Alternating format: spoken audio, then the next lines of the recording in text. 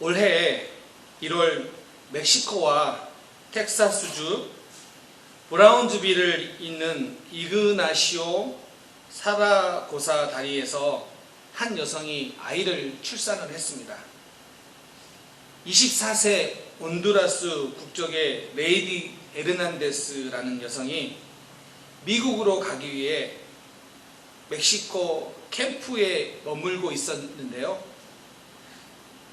출산일이 다가오자 미국에서 아이를 낳아 미국 시민권을 받기 위해서 이 여인이 도보로 불법 월경을 하기 위해 미국을 향해 걸었습니다.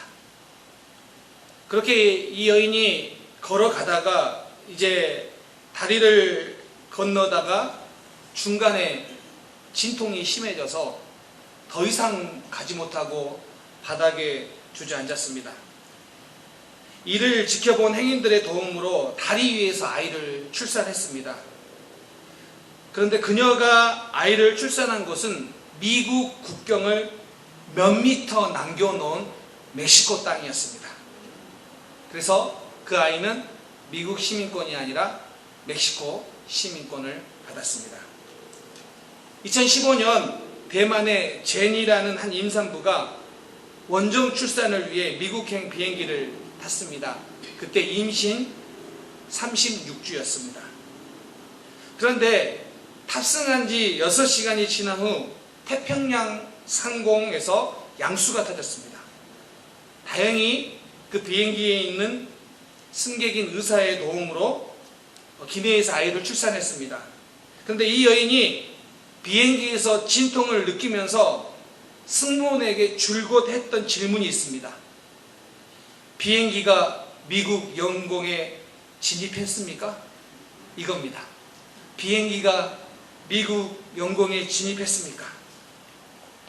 그녀가 아이를 출산한 그때는 비행기가 미국 영공에 들어선 직후였습니다. 그래서 이 아이는 미국 시민권을 받았습니다. 사람들은 그렇게 말합니다. 이것을 두고 엄마들의 무모한 도전이다. 종종 너무 터무니없는 일들을 하는 사람을 향해 우리는 그렇게 말합니다. 무모한 도전이다. 그런데 믿음의 사람들에게는 때때로 세상 사람들이 볼 때 무모한 도전이 필요합니다. 왜냐하면 때로는 그곳에서 하나님의 역사를 경험하기 때문입니다. 오늘 본문이 바로 그런 무모한 도전 같은 일로 시작합니다. 13장에서 블레셋과 이스라엘의 그 군사적인 차이를 살펴봤습니다. 블레셋은 병거와 마병과 수많은 백성들이 있었던 반면에 비해 이스라엘은 변변한 무기조차 없는 그런 상황이었습니다. 지금 이 둘의 싸움은 상대가 안 되는 그런 싸움이죠. 그때 오늘 1절에 보면 하루는 사울의 아들 요나단이 자기의 무기를 든 소년에게 이르되 우리가 건너편 블레셋 사람의 부대로 건너가자 하고 그의 아버지에게는 아뢰지 아니하였더라. 요나단이 그의 무기 든 소년에게 그렇게 말합니다. 블레셋 진영으로 건너가자. 그런데 요나단의 이 말은 무모한 도전과 같은 이야기입니다. 왜냐하면 4절 5절에 보면은 요나단이 블레셋 진영으로 건너가기 위해서는요 거대한 협곡을 지나가야 되는 거예요. 그러면 어떤 일이 일어나냐면 지형적으로 보면 블레셋은 요나단이 건너오고 있는 것을 다 볼 수 있는 거예요. 그렇기 때문에 이것은 너무 위험하고 무모한 그런 도전과 같은 일이에요. 그리고 보세요. 군사의 규모나 지금의 상황, 분위기도 이미 기울어진 상황인데 그때 블레셋 진영으로 건너가는 것은 너무 터무니없는 이야기라는 거죠. 이런 상황에서 요나단은 블레셋과 싸울 계획을 하는데 사울은 뭐 하고 있었을까요? 아들 요나단은 싸울 계획을 세우고 있는데 왕이고 지도자이고 아버지인 사울은 뭐 하고 있었을까요? 2절에 보면 사울은 남은 600명의 군사와 함께 석류나무 아래에 있다라고 기록하고 있습니다. 오늘 14장은요, 그래서 요나단과 사울을 대조하여서 보여줍니다. 우리는 이 두 사람을 대조하는 이 모습을 통하여 우리는 분명한 메시지를 얻을 수 있습니다. 요나단이 등장해서 하는 첫 번째 대사가 뭐냐면 이거예요. 건너가자. 그런데 여러분, 사울이 등장해서 처음 한 대사가 뭔지 기억나십니까? 9장에 가면 돌아가자입니다. 그리고 오늘도 요나단은 건너가자라고 말을 하는데 사울은 석류나무 아래 머물렀다라고 이야기합니다. 여기서 머물렀다라는 이 의미가요, 한동안 거주하다라는 의미예요. 그러니까 어떤 의미냐면 사울은 블레셋과 싸울 어떠한 군사적인 행동도 취하지 않고 있다. 그게 지금 사울의 모습이다라는 거예요. 사울은 싸울 생각조차를 못하고 있지만 요나단은 지금 용기를 잃지 않고 있다는 거예요. 이런 상황 속에서도. 그러면 요나단이 둔하여 혹은 미련하여서 이런 상황들을 분별하지 못한 것이었을까요? 아닙니다. 요나단이 무기든 소년에게 설득할 때 보면 상황이나 조건이 괜찮아서가 아니에요. 6절에 보면 이렇게 이야기합니다. 우리가 이 할례 받지 않은 자들에게도 건너가자. 여호와께서 우리를 위하여 일하실까 하노라. 여호와의 구원은 사람의 많고 적음에 달리지 아니하였느니라. 아멘 아닙니까? 요나단이 블레셋 진영으로 건너가고자 하는 이유는 병력의 작고 많음이 아니고 지형에 불리하고 유리하고의 이유가 아니라 요나단에게 지금 그런 것은 없지만 요나단에 있는 게 있어요. 그게 뭐냐면 할례예요. 할례. 할례라는 뜻은 언약 백성이라는 뜻이에요. 하나님의 언약 백성이고 여호와께서 함께 하신다는 확신에 차 있기 때문에 건너가자라고 이야기를 한 겁니다. 그러면서 뭐라고 이야기합니까? 여호와께서 우리를 위하여 일하실까 하노라. 이 이야기를 사람들이 잘못 읽으면 100% 확신하지 못하는 이야기인가 라고 하지만 아니에요. 이 고백은요, 하나님의 주권을 인정하는 겸손한 신앙 고백이에요. 여호와의 능력을 바라지만 꼭 그렇게 하시지 않는다 할지라도 받아들이겠다, 하나님의 주권을 인정하겠다라는 거예요. 그런데 여러분 보세요. 우리가 계속 보고 있는 게 어떤 것입니까? 법궤만 앞에 세우면 된다고 생각하여 법궤를 부적처럼 이용했던 이스라엘 백성들, 제사만 드리면 된다고 생각하여 사무엘이 오기 전에 제사들을 드렸던 그런 사울의 모습들을 보면 너무 대조적인 모습 아닙니까? 오늘 요나단과 사울을 통하여 우리는 분명하게 우리의 삶에 적용할 수 있는 것들을 발견할 수 있습니다. 첫 번째는 뭐냐면 성도가 세상을 살아가는 방법은 믿음밖에 없습니다. 왜 성도가 세상을 살아가는 방법이 믿음이어야 됩니까? 그럴 때 하나님이 앞서서 일하시기 때문입니다. 자, 요나단이 함께한 소년에게 제시한 전략이 뭐냐면 이거예요. 자신들을 본 블레셋 사람들이 우리가 너희에게 가겠다라고 하면 도망가겠다고 이야기하고, 반대로 블레셋 사람들이 너희가 우리에게로 올라와라 하면 이것은 하나님이 주신 사인이다라고 올라가자라고 이야기합니다. 이에 블레셋 사람들이 요나단과 무기 든 자를 보고 뭐라고 이야기합니까? 우리에게로 올라오라 라고 이야기합니다. 너희에게 보여줄 것이 있다. 당연히 블레셋 사람들도 요나단과 무기 든 자를 우습게 보고 있는 것입니다. 그런데 이 전쟁의 결과가 어땠습니까? 15절에 보면 이렇게 이야기합니다. 15절 말씀, 들에 있는 진영과 모든 백성들이 공포에 떨었고 부대와 노략군들도 떨었으며 땅도 진동하였으니 이는 큰 떨림이었더라. 자, 여기에서 우리가 주목해서 봐야 될 단어가 있습니다. 떨림이라는 단어예요. 앞에 나온 떨림, 이 떨림은 하라드라는 히브리어인데요. 우리가 보통 생각하는 두려움, 공포, 불안이라는 의미예요. 그런데 큰 떨림, 뒤에 나오는 큰 떨림이란 이 단어가 조금 달라요. 하르타트 엘로힘이에요. 헤르타트 엘로힘인데 여기에서 엘로힘 우리가 잘 알고 있지 않습니까? 하나님인데 이렇게 헤르타트 엘로힘이라고 쓸 때는 강조하는 용법이 돼요. 이 엘로힘이. 그래서 큰 떨림이라고 번역했어요. 맞아요. 그런데 이 부분을 좀 더 직역해 보면 이런 의미예요. 그 공포심은 엘로힘의 떨림이었더라. 즉 헤르타트 엘로힘은 큰 떨림은 하나님의 떨림, 하나님이 보내신 떨림이라고 번역할 수 있습니다. 그래서 영어 NIV 성경도 이렇게 이야기합니다. It was a panic sent by God. 그러니까 하나님께서 보내신 떨림, 두려움이었다는 거예요. 블레셋 병사들이 요나단과 그 무기 든 그 소년을 보고 두려워할 수도 있겠지만 그보다 더 근본적인 원인이 뭐예요? 하나님이 보내신 떨림 때문에, 그 뒤에서, 요나단 뒤에서 역사하시는 하나님의 그 일 때문에, 역사하심 때문에 그들이 떨었다라고 성경은 기록하고 있습니다. 이것이 성도가 세상을 살아가는 방식이에요.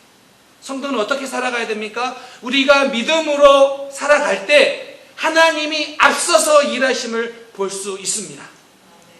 이것이 우리들의 삶입니다.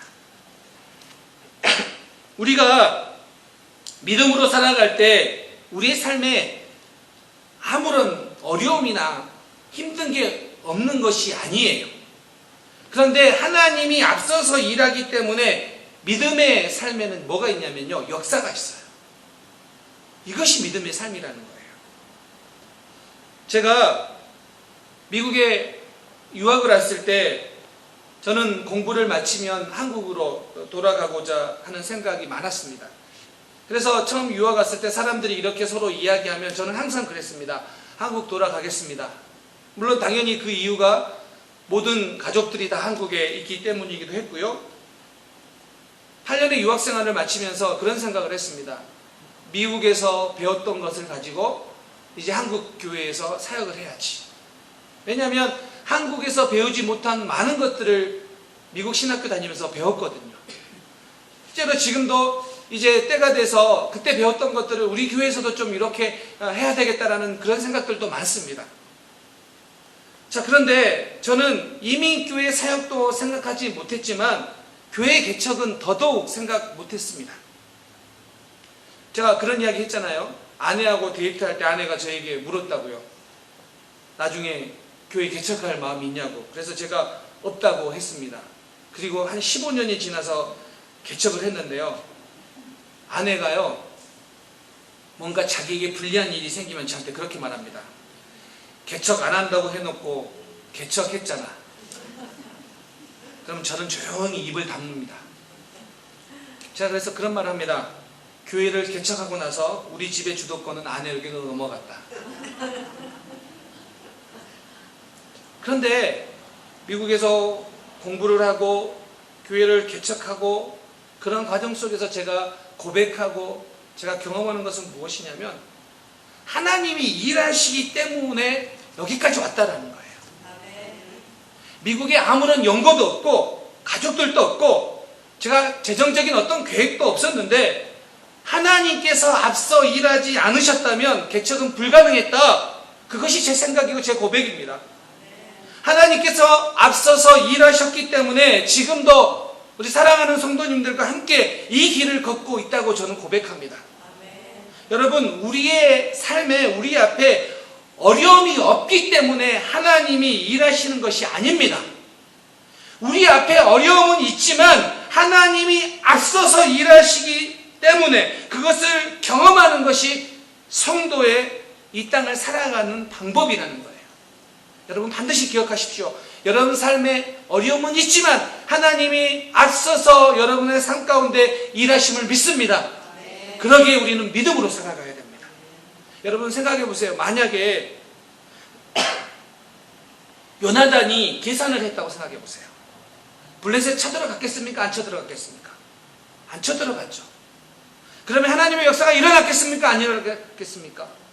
당연히 요나단을 통한 역사가 일어나지 않았겠죠. 그런데 오늘날 우리가 신앙생활 하면서 자꾸 계산하려고 합니다. 앉아서 어떤 것이 나에게 유익한지 계산기를 두드리고 있기 때문에, 그렇기 때문에 우리의 삶에 문제가 있는 거 아니겠습니까? 그렇기 때문에 우리가 하나님의 역사심을 우리가 온전히 의지하지 못하는 이유가 아니겠습니까? 여러분, 우리가 하나님을 신뢰하고 결단하면 하나님이 반드시 역사하십니다. 그것을 오늘 본문을 통해 약속하고 계시는 겁니다. 또 한 가지는 그렇기 때문에 하나님께서 하시는 일에 걸림돌이 되지 말아야 됩니다. 지금 블레셋 진영에 요나단과 무기는 자가 들어가서 소동이 일으켰습니다. 그리고 나중에 사울이 그걸 알게 됩니다.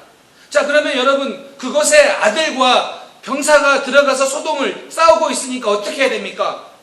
당연히 왕으로서, 아버지로서 어떻게 해야 됩니까? 블레셋 진영으로 군사들을 데리고 진군해야 되는데, 오늘 18절에 보면 뭐를 이야기하고 있냐면 이렇게 말합니다. 여호와의 궤를 가져오라. 지금 블레셋에게 공포가 임해서 전쟁하러 가야 될 타이밍에 언약궤를 가져오라고 하는 겁니다. 하나님의 뜻을 묻겠다는 거예요. 어떻게 보이십니까? 마치 이 모양이 이 급박한 상황에도 하나님의 뜻을 묻는 그런 사울이구나 라고 생각이 드십니까? 겉으로 볼 때에는 그렇게 생각할 수 있는 사람이 있을지도 몰라요. 그러나 정말로 하나님의 뜻을 구하는 모습이 아니라는 거예요.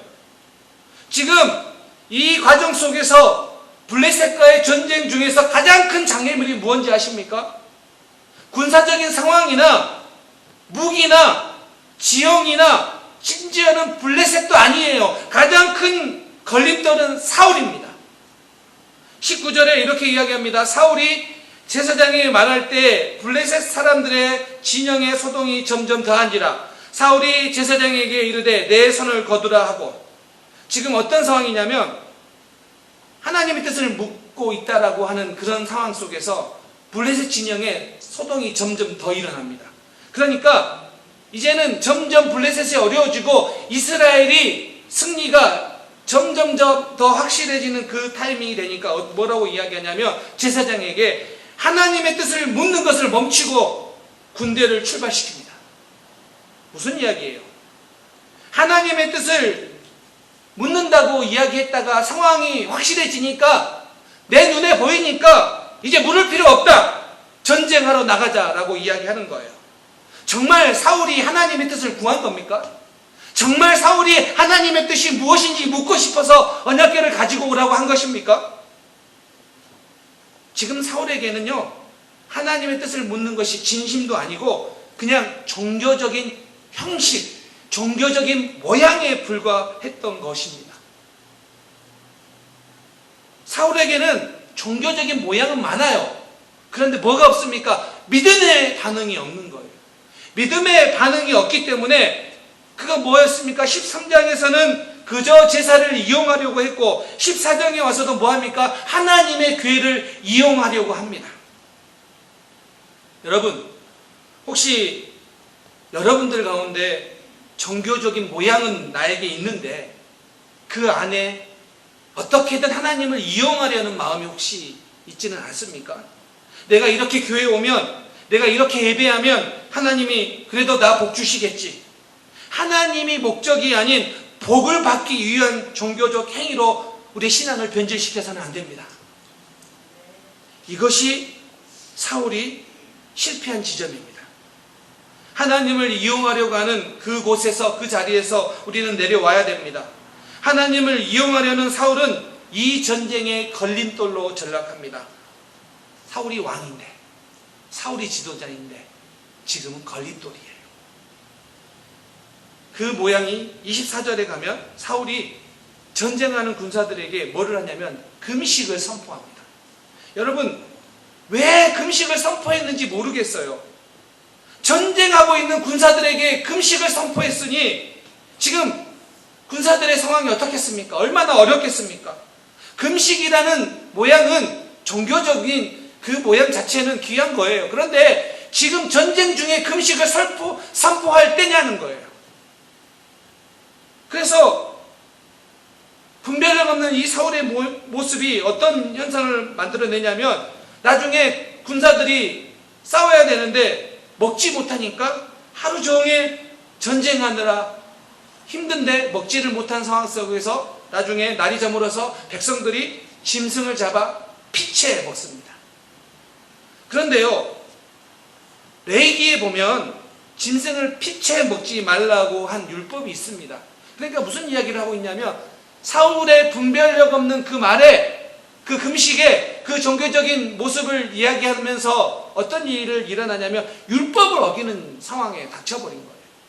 그리고 사울은 나중에 뭐라고 이야기하냐면 너희가 믿음 없이 행하였더라고 꾸짖어요.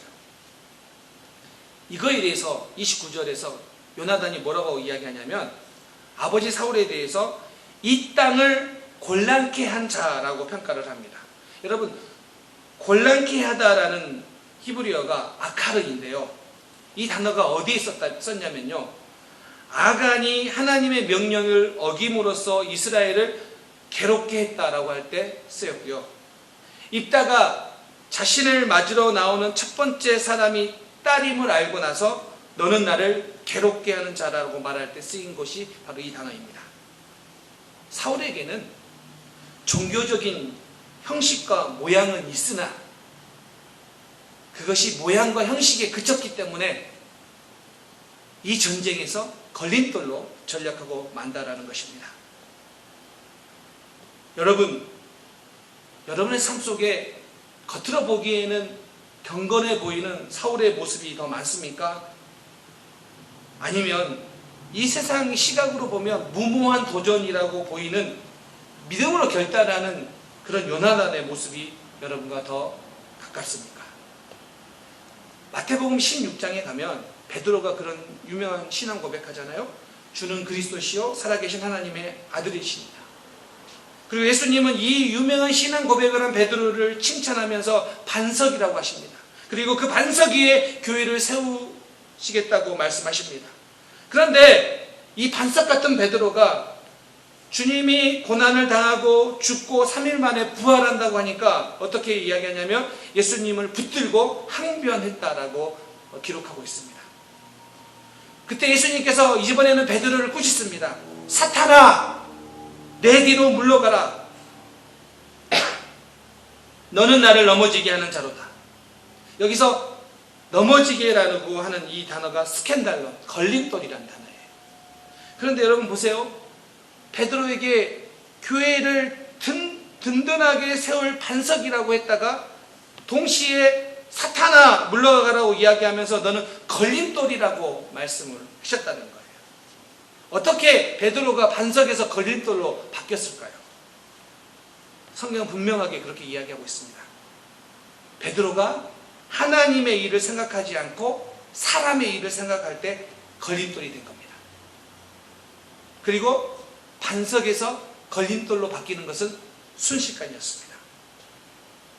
사실 우리의 삶을 보면 이 반석과 걸림돌 사이에서 끊임없이 흔들리고 있는 것이 베드로이고 우리의 삶이 아닌가 생각해 봅니다.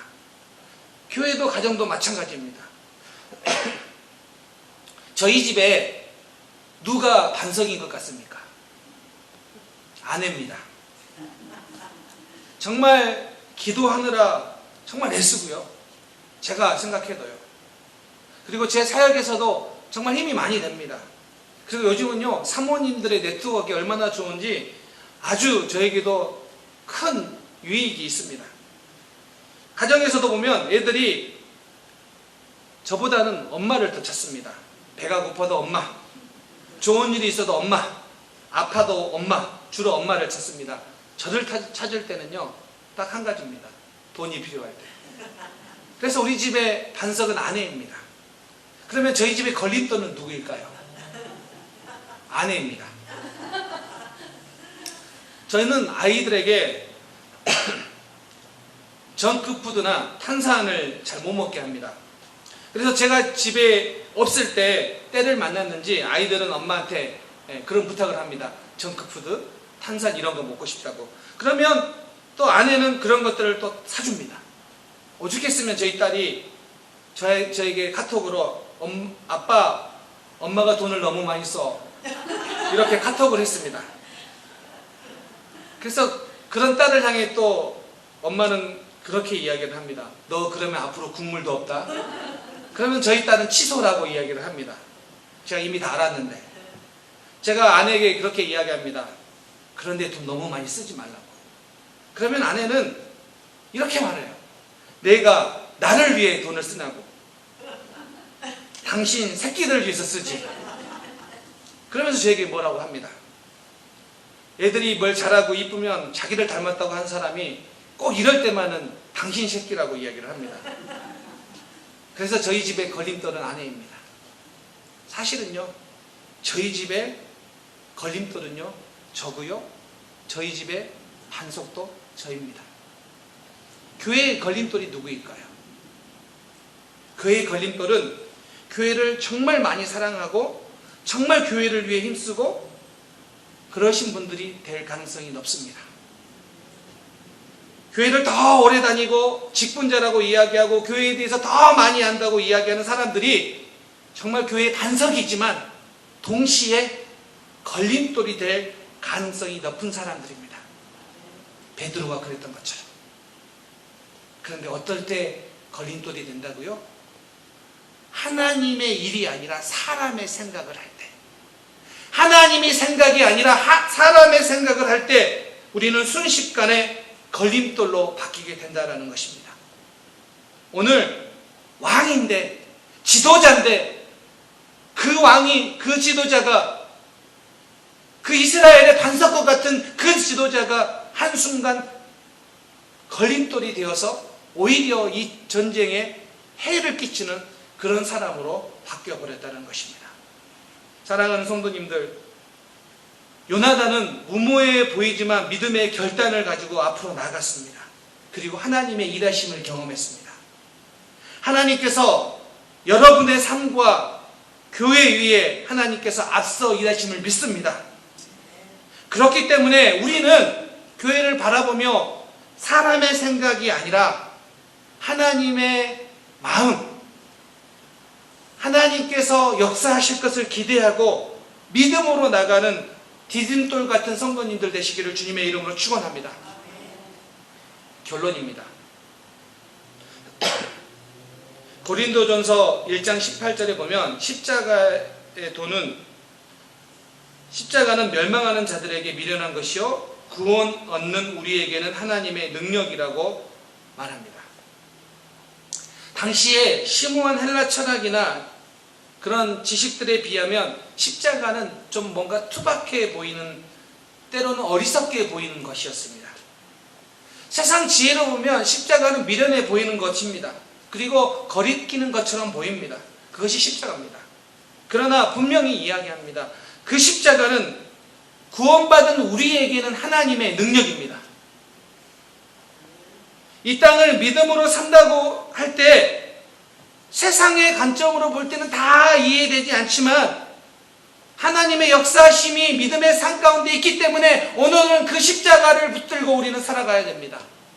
그리고 그 십자가는 우리에게 능력으로 다가옴을 믿습니다. 이번 한 주간 이 십자가 때문에, 이 십자가의 은혜로 이번 한 주간 믿음으로 승리하는 우리 성도님들 되시기를 주님의 이름으로 축원합니다. 여러분, 오늘 본문을 통하여서 요나단의 믿음을 다시 한번 우리가 도전받았으면 좋겠습니다. 무모해 보이는 그 상황이지만 하나님의 함께 하심을 믿고 건너가자라고 외쳤던 것처럼 오늘 어려운 상황 속에서도 하나님이 역사하시기 때문에 우리는 건너가야 됩니다. 우리는 믿음으로 건너가야 됩니다. 그 건너갈 때 하나님의 역사가 여러분의 삶과 교회 가운데 충만히